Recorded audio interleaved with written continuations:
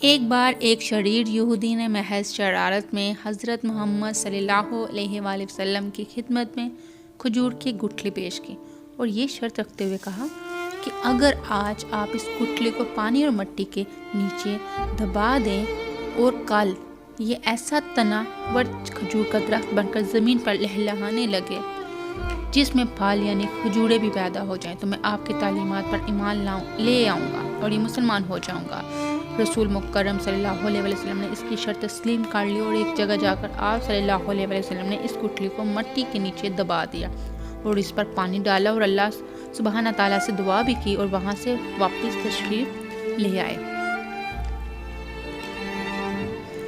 اس یہودی کو دنیاوی اصولوں کی کسوٹی پر یقین کامل تھا۔ ایک دن میں کسی طرح بھی کھجور کا درخت تیار نہیں ہو سکتا تھا، لیکن رسول مکرم صلی اللہ علیہ وسلم کی ذات اقدس کی روحانیت اور آپ کا اعتماد اس کے دل میں کھٹک اور خدشہ ضرور پیدا کر رہا تھا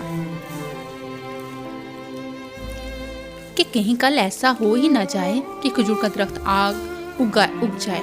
اور اسے ایمان لانا پڑ جائے۔ اس نے اپنے اس وسوسے کو دور کرنے کے لیے پھر دنیاوی اصولوں کی مدد لی اور شام کو اس مقام پر جا کر جہاں کھجور کی گٹھلی آقا دو جہان صلی اللہ علیہ وسلم نے بوئی تھی اس کو وہاں سے نکال لیا اور خوش واپس آ گیا۔ اب کھجور کا نکلنا تو درکار، کھجور کے درخت کا نکلنا ہی محال ہے، لیکن وہ نہیں جانتا تھا کہ جب معاملہ اللہ سبحانہ تعالیٰ اور اس کے رسول صلی اللہ علیہ وسلم کے درمیان ہو تو دنیاوی اسباب بے معنی ہو جاتے ہیں۔ اگلے دن آقا دو جہاں صلی اللہ علیہ وسلم اور وہ یہودی مکہ میں مقرر پر پہنچے تو وہ یہودی یہ دیکھ کر حیران رہ گیا کہ وہاں ایک تناور درخت کھجور کے گچھوں سے لدا کھڑا ہے۔ اس یہودی نے جب اس کی کھجور کو کھایا تو اس میں گٹھلی نہیں تھی تو اس کے منہ میں سے بے اختیار نکلا، اس کی گٹھلی کہاں ہے؟ مرقوم ہے کہ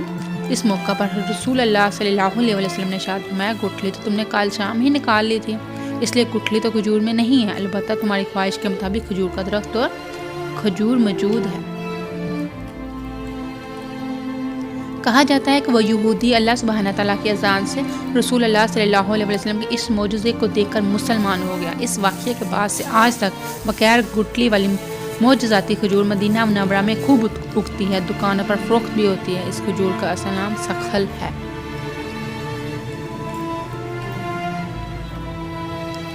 اسے سکھل بھی کہتے ہیں، اور اگر آپ کو نام یاد نہ رہے تو آپ اسے بے دانہ کھجور کہہ کر بھی طلب کر سکتے ہیں۔ اب بہت زیادہ علم رکھنے والے بالخصوص نباتیات کے ماہرین یہ پوچھیں گے کہ یہ سکھل کھجور میں گٹھلی نہیں تو اس کی